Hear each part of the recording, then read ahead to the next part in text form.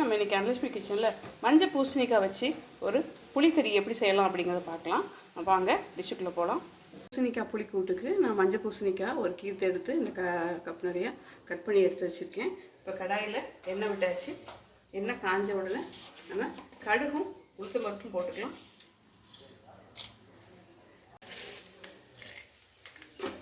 இது நல்லா வெடித்து வரட்டும். நான் சின்ன வெங்காயம் ஒரு 5-6 சின்ன வெங்காயமும் ஒரு காஞ்ச மிளகாவும் வச்சுருக்கேன். அதை போட்டுக்கிறேன். பெருங்காயம் கட்டி பெருங்காயம் போடுறேன். நீங்கள் தூள் பெருங்காயம்னா தூள் பெருங்காயம் போட்டுக்கோங்க. வெங்காயம் வதங்கட்டும்.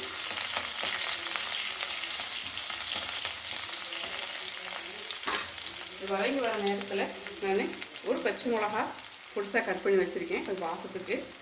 அடுத்து இஞ்சி சின்னதாக கட் பண்ணி வச்சுருக்கேன். அப்புறம் கருவேப்பிலை போட்டு நம்ம பச்சை நல்லா வதக்கி எடுத்துடலாம். வெங்காயம் நல்லா வதங்கி இஞ்சி பச்சை மிளகாவோட வாசம் வந்துடுச்சு. இந்த டைமில் நம்ம இந்த மஞ்சள் பூசணிக்காவை போட்டு ஒரு எண்ணெயில் ஒரு பரட்டி விட்டுடலாம். நம்ம இது நம்ம கொஞ்சம் தண்ணி காயாக இருக்கிறனால குயிக்காக வெந்துடும். அதனால் இப்போ நம்ம தண்ணி ஊற்ற தேவையில்லை. இந்த டிஷ்ஷுக்கு தேவையான மஞ்சத்தூள் போட்டுக்கலாம். காரத்துக்கு ஒரு பச்சை மிளகாவும் ஒரு காஞ்ச மிளகாவும் போட்டிருக்கோம். இருந்தாலும் இது கொஞ்சம் இனிப்பு காயாக இருக்கும். அதனால் கொஞ்சம் காரத்துக்கு சில்லி பவுடர் போட்டுக்கலாம். இது உங்களுக்கு எவ்வளோ வேணுமோ அந்த அளவு போட்டுக்கோங்க. அடுத்து இந்த டிஷ்ஷுக்கு தேவையான உப்பு, அவ்வளோதான். நல்லா பரட்டி விட்டுறோம். பரட்டி மூடி வச்சு குக் பண்ணிடலாம். உங்களுக்கு இப்போ தண்ணி தேவைப்பட்டுச்சுன்னா நீங்கள் கொஞ்சமாக தண்ணியை தெளித்து விட்டுக்கலாம்.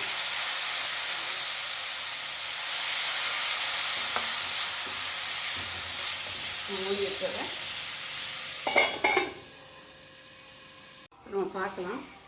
பாருங்கள், நல்லா பூசணிக்காய் குக் ஆகிடுச்சு. இப்போ நம்ம புளி கொஞ்சோண்டு நான் கரைச்சி எடுத்து வச்சுருக்கேன். அதை ஊற்றிக்கலாம். நீங்கள் முதைய புளி தண்ணி ஊற்றிட்டிங்கன்னா இது வேகாது. இப்போ ஊற்றுனீங்கன்னா நல்லா புளிப்பு உள்ளே எடுத்துக்கும்.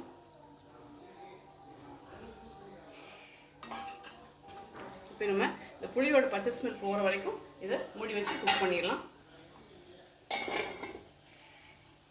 இப்போ பார்க்கலாம்.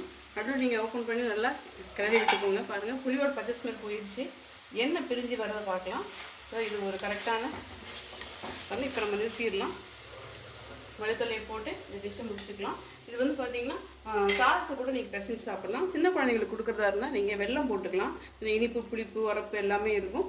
விட்டமின் ஏ கண்டென்ட் நிறையா இருக்குது. உடம்புக்கு ரொம்ப நல்லது.